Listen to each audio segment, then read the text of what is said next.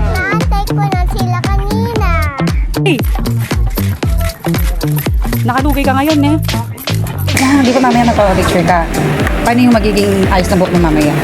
Dapat katulad na yung kay Ate Vanessa. Ganyan. At tapos pag magpapapicture ka, dapat naka-smile ka. Paano yung smile mo? Paano?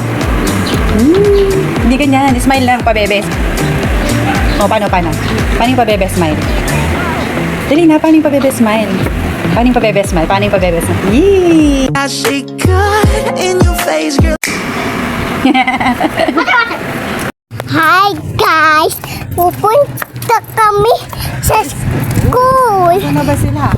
Nasaan na sila?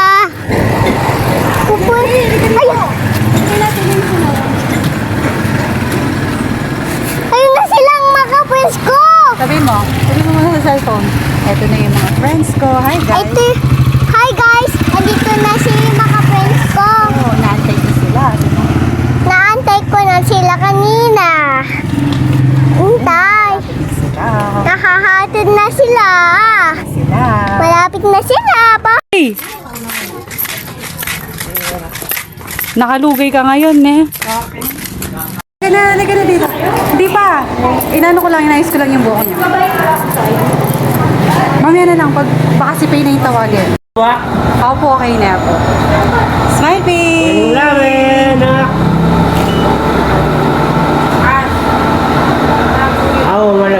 Okay na po. Picture sa ID. Mami, water. Doon na sa bahay.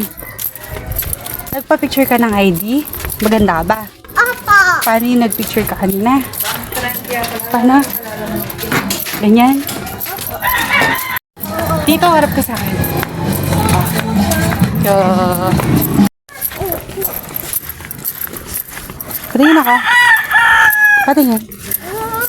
Patingin ang budol mo. Patingin ang budol mo. Patingin ako ng budol mo. Nagbudol ka na sa akin. Na? Nagbudol ka?